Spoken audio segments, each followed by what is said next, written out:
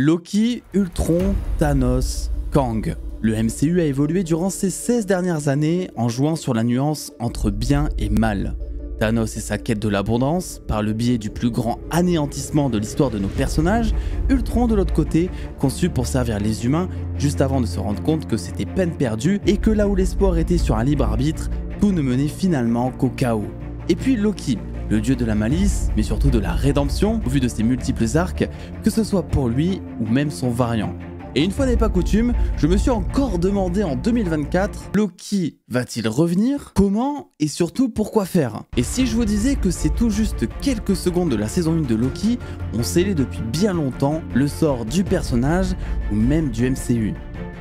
Cette vidéo ne va vraiment pas plaire à tout le monde. Je vais très certainement aller à l'encontre des fans de la série qui espèrent un glorieux destin pour le personnage, mais aussi ceux qui attendent de Secret Wars l'arrivée d'un personnage très attendu, Doom. Et si vous n'êtes pas convaincu, attendez de voir la fin de la vidéo où je tenterai de vous ouvrir les yeux sur ce que Marvel Studios a laissé depuis des années devant vous pour aller dans le sens de cette théorie. Pourquoi est-ce que Loki pourrait être destiné à un destin, oui, glorieux aussi, mais à retourner à force des choses à sa vraie nature, celle d'un antagoniste du MCU qui marquera la saga encore une fois. Vous pouvez avant toute chose vous abonner, lâcher le pouce bleu si vous appréciez mon travail, et évidemment je vous laisse le soin en commentaire de commenter cette théorie. Est-ce que Loki serait le Doom de Secret Wars? Nous allons composer ici avec trois inconnus. Kang, dont l'avenir est incertain, Loki, dont le personnage pourrait tenir assis sur son chiotte pendant l'éternité à tenir des feuilles de PQ multiverselles sans que l'on puisse le revoir, et Doom, qui tient la place centrale de Secret Wars dans les comics, mais que nous n'avons toujours pas vu. Déjà, quoi qu'il puisse arriver dans le futur du MCU, Marvel semble toujours aller du côté de Kang. Il a eu une importance majeure dans la saga du multivers jusque-là, que ce soit son variant en saison 1 de Loki, qui nous a exposé la fin des temps, les guerres multiverselles et les incursions, ou pour sa saison 2 avec un glow-up en tant que maître des timelines. Voici comment je vois Kang pour les projets à venir dans le MCU. Là où beaucoup l'attendent au tournant pour être le prochain Thanos qui aura des conséquences sur l'univers, Marvel Studios pourrait lui donner de l'importance, oui, mais sur les personnages. Après tout, si celui qui demeure n'avait pas été là, Loki ne se serait jamais autant élevé et le TVA aurait continué à effacer chacun des variants créés, essayant de garder le flux sacré temporel totalement plat. Celui qui demeure est donc le personnage qui permet donc de ramener Deadpool 3 ou encore les 4 Fantastiques dans cette grande fresque des projets restants, et à mon avis, c'est en ça que demeurera Kang, une entité, un obstacle dont se serviront les têtes pensantes de Marvel Studios pour ramener des événements ou des personnages dans le centre de l'intrigue.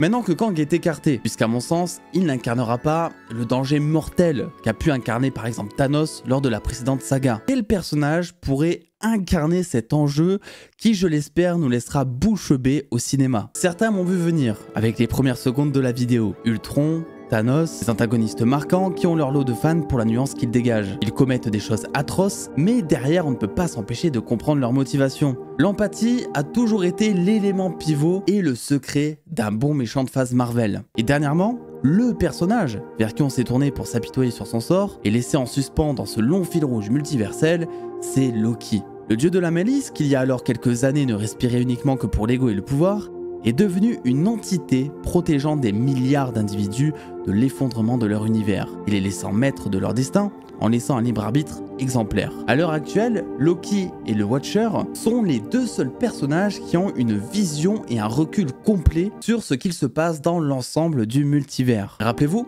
quels que soient les enjeux, les problèmes, le Watcher n'intervient jamais et pense que chaque leçon se doit d'être apprise. Loki, lui, c'est totalement différent. La seule responsabilité qu'il a, c'est celle qui s'est donnée. Faire le bien, entretenir ce libre arbitre. Mais si justement, pour y parvenir, devait au préalable faire le mal. Doom dans les comics est celui qui donne une dernière chance aux univers. Le Battle World, ce terme que vous avez tous entendu, au point où il devient de lui-même son propre personnage Marvel que tout fan de comics qui se respecte attend pour la venue du crossover ultime. Le Battle World est l'arche de Noé du multivers, un patchwork de chaque timeline que Doom a réuni en un seul et même endroit alors que tout menaçait de s'effondrer.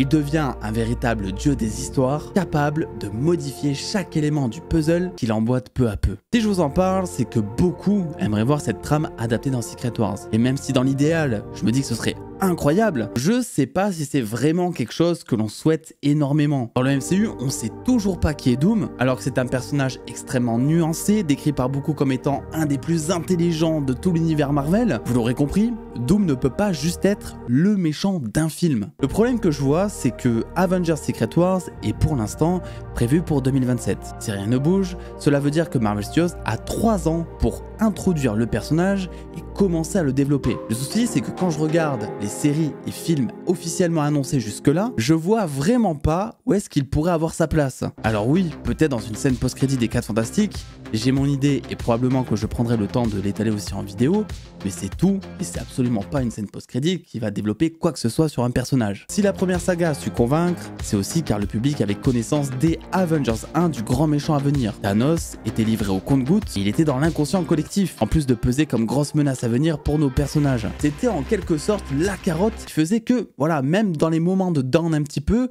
on savait que derrière, ça allait créer du kiff incroyable. Et Doom doit au moins faire pareil. Si Marvel Studios prévoit effectivement de l'emmener au devant de la scène durant Secret Wars, je vois alors qu'une seule solution, séparer le film en deux. Secret Wars est un événement majeur mais surtout copieux.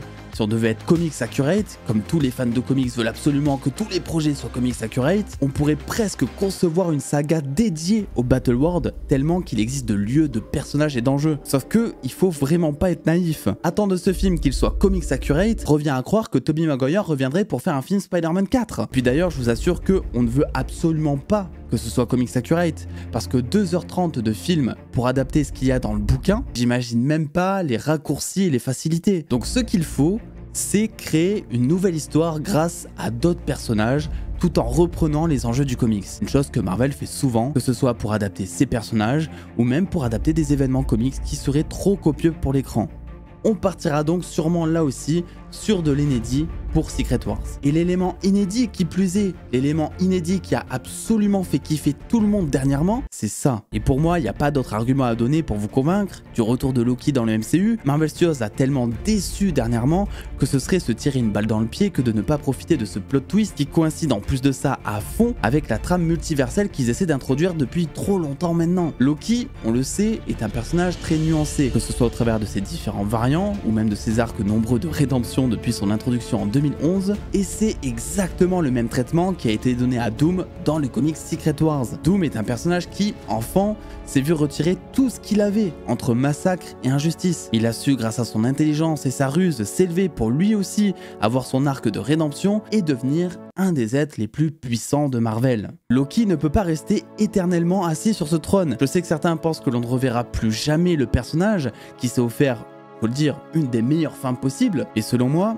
il est impensable, alors que l'on traite du multivers et que Loki est factuellement le centre de tout ça depuis la fin de la saison 2, d'écarter le personnage. Son glorieux destin, il arrive en 2027. Et je vous le dis, il tentera de sauver tous les univers. Les incursions sont là, que ce soit à cause de Kang ou des variants présents qui créent Nexus sur Nexus, ou que ce soit aussi à cause du libre arbitre que Loki a instauré. Sans celui qui demeure aux commandes, qui était le plus apte à sauver les univers de ces itérations et des potentiels Nexus à venir, on va obligatoirement vers plus de Kang, plus d'incursions et donc plus de branches détruites. Reste à savoir comment œuvrera le TVA et quel sera son rôle à jouer. Après tout, il existe toujours, juste sous une forme différente, et on y voit encore très flou concernant le TVA de Deadpool 3 qui a l'air de se montrer bien différent de celui avec lequel on a évolué jusque-là. Voyant de plus en plus de branches se détruire entre ses mains, Loki prendrait conscience qu'il se passe beaucoup trop de choses dans les 4 coins de l'univers pour sauver tout le monde, et se retrouve coincé sur un dilemme cornélien. Soit il reste assis durant encore des centaines d'années en attendant de voir toutes les branches se détruire, et voyant que la stratégie du libre arbitre ne tient finalement qu'à un fil, soit il agit et décide de fusionner toutes ces branches en une seule. Ce qui serait bien plus facile en fait à protéger, éviterait beaucoup de morts et d'univers détruits. Loki serait alors le dieu de cet univers, qui permettrait de voir en un seul et même endroit des personnages issus de plusieurs réalités différentes. Venom et Spider-Man de Tom Holland, enfin sur la même terre, le fauve de The Marvels, Mordo, seul rescapé des Illuminati 832, se joindrait à eux aussi, sans compter tous les variants possibles et inexplorés qui permettraient d'introduire de nouveaux personnages à venir dans le MCU pendant encore des années. Kang, du moins celui qui demeure, avait peut-être raison. Face à ce virus bien trop contagieux que sont les nombreux Kang qui se dupliquent plus vite que des punaises de lit, la solution pour vivre dans un monde en paix a été arrachée de la lame de Sylvie en saison 1 lorsqu'elle tua le seul personnage capable de contrôler l'épidémie. Loki est devenu tout puissant au centre du multivers mais n'a aucune idée de ce qui se prépare ou même du nombre qu'il s'apprête à affronter. Maintenant que le mal est fait, la seule solution d'agir pour Loki sera de tout réunir à un seul et même endroit qui prendra forme graphiquement je pense dans une zone que l'on a tous vue jusqu'à présent, le Void. Puisque oui, Marvel Studios semble être très clair quant au futur de cette dimension et ce depuis des années. Pour vous imaginer, le Battle World est le rassemblement de plusieurs univers. Et c'est déjà ce qui est teasé depuis la saison 1 de Loki. On a vu la tour Stark venant d'un autre univers que le principal, le logo de la Fox dans Deadpool 3, le Sanctum Sanctorum, un hélicoptère Thanos, son vaisseau, bref, de simples easter eggs jusque-là, mais qui était potentiellement un énorme teasing de cette adaptation du Battle World, finalement bien plus que la poubelle du multivers. Pour couronner le tout, Elliot gardait dans la saison 1 de Loki le passage du Void vers la citadelle, où celui qui demeure régnait en maître sur le flux sacré temporel. Un point d'ancrage qui ressemble étrangement au château de Doom au centre de son Battle World aussi, régnant sur un trône enraciné, d'où se dégage un arbre immense. Dans Loki saison 2, Loki revient sur les lieux de la citadelle de la saison 1 afin de s'enraciner lui aussi sur son trône, au centre du multivers lui aussi, et régnant sur le Void de la même manière que Doom règne sur son Battle World. De plus, n'oublions pas le titre du film, Secret Wars, qui comme sa dénomination le veut, vaudra une guerre d'une ampleur sans pareille. Civil War confrontait deux équipes de héros, tandis qu'Infinity War voyait une lutte de la Terre contre Thanos. Quelle serait donc la lutte pour Secret Wars et comment se passerait-il si Loki en était l'antagoniste premier? Dans le comics Secret Wars, Doom a ses alliés du Battle World qui se retrouvent en confrontation avec les univers principaux du comics. Si Loki devait être le Doom du film, il trouverait lui aussi des gens avec qui se battre, à commencer par Thor, par exemple son frère, qui le pense mort d'ailleurs, et qui n'aurait aucun mal à rejoindre la philosophie de Loki. Thor est resté traumatisé très longtemps du fait d'avoir échoué à protéger le monde, qu'il sait être incompétent face à des menaces comme Thanos et ce qui se cache d'autre dans la galaxie. Doctor Strange pourrait lui aussi rejoindre le camp de Loki selon moi. Il est un des rares à pouvoir avoir un recul nécessaire sur les choses et a le sens des responsabilités, comme on pouvait déjà le voir dans Infinity War lorsque Strange dit à Tony que sa mission reste de protéger la pierre quoi qu'il arrive, même si tous les Avengers doivent y passer à côté pour que ça se fasse. En plus de ça, Doctor Strange est le plus grand allié de Doom dans l'histoire de Secret Wars des comics. Dans le MCU, il est celui peut-être qui a vu le plus d'incursions, et c'est à quel point tout ce qui entoure les humains les dépasse totalement. Même lui dans Doctor Strange 2, en faisant attention, a réussi à créer une incursion, alors que c'est un des êtres les plus puissants. Reste à voir évidemment ce qu'en découlera son trip avec Clea dans la suite de l'aventure. A contrario, Wong pourrait être dans le camp des gentils. Après tout, il n'a jamais été très friand du mal nécessaire que Loki pourrait proposer, contrairement à Strange qui prend toujours la tangente, quitte à ce que sur une moindre erreur, cela puisse tout empirer. Bien que collègues, Wong et Strange ont toujours été montrés comme rivaux idéologiques, et je m'attends à ce que ce soit pareil pour Secret Wars. Alors je vais pas lister tous les personnages évidemment, c'est pas le but, et tout n'est pas aussi simple à théoriser. À l'époque, si on m'avait dit par exemple que Tony Stark, rebelle de l'Amérique, prendrait un jour le parti du gouvernement durant Civil War, j'y aurais pas cru une seule seconde. Vous le voyez, toutes les pièces ont été posées par Marvel Studios depuis des années afin qu'on puisse faire de Loki un personnage totalement à part entière d'Avengers Secret Wars. Et bien que d'autres théories soient évidemment possibles,